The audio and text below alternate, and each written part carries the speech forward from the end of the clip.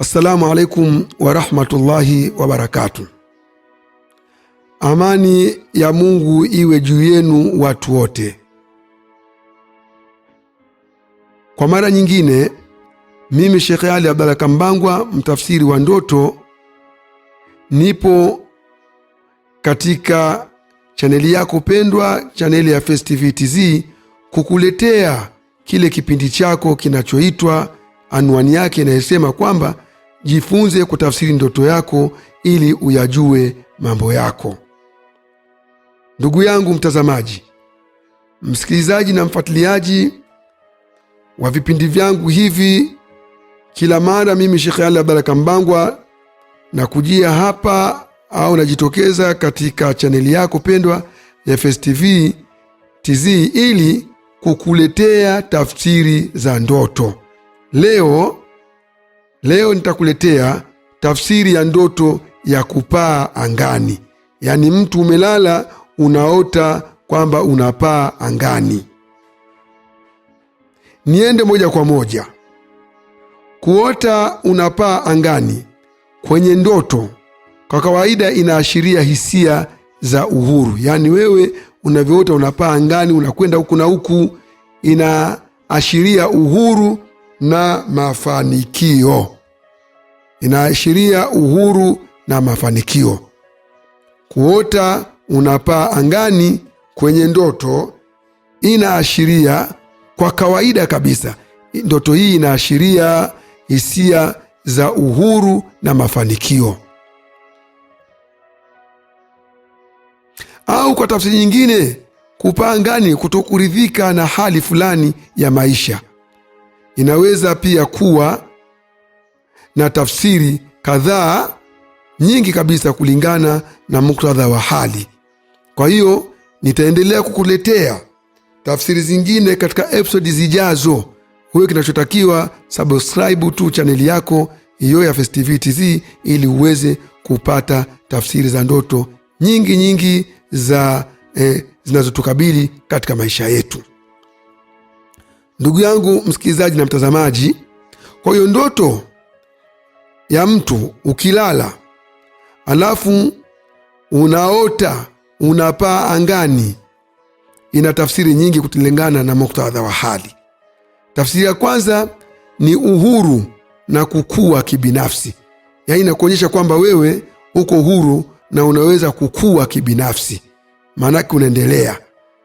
Ndoto ya kuruka au kupaa angani mara nyingi inaashiria kuwa unahisi uhuru au una tamaa ya kujiondoa kutoka katika vikwazo vya maisha.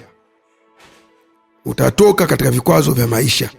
Inaonyesha pia uwezo wako wa kujitegemea na kufanya maamuzi binafsi. Hiyo ndoto ya kupaa angani. Tafsiri ya pili ya ndoto ya kupaa angani, B, inakuonyesha mafanikio au kupanda kichwani. Yaani kupanda katika nini? Katika cheo. Kama kwa mfanyakazi, ukiota hivyo maana yake inakuonyesha kwamba wewe utapanda katika cheo. Kuruka angani au kupaa pia kunaashiria maendeleo, mafanikio au kupanda hadhi fulani. Inaweza kuwa pia ishara kwamba utapata jambo fulani au utapata fahari, heshima au mafanikio katika maisha yako. Tafsiri ya tatu ya ndoto ya kupaa angani, maana yake ni kukwepa changamoto. Ukiota unapaa angani, maana yake ni kukwepa changamoto au kuwashinda maadui. Ndoto ya kuruka au kupaa angani inaweza kuonyesha unajitahidi kuepuka matatizo, migogoro au hisia zinazokuzidi uwezo. Unaepuka changamoto, matatizo, migogoro au hisia zinazokuzidi wewe kiuwezo. Kwa hiyo kupaa angani ni ndoto nzuri. Tafsiri ya nne, ndoto ya kupaa angani ina tafsiri ya kuangalia mitazamo mipya. Kuangalia mitazamo mipya.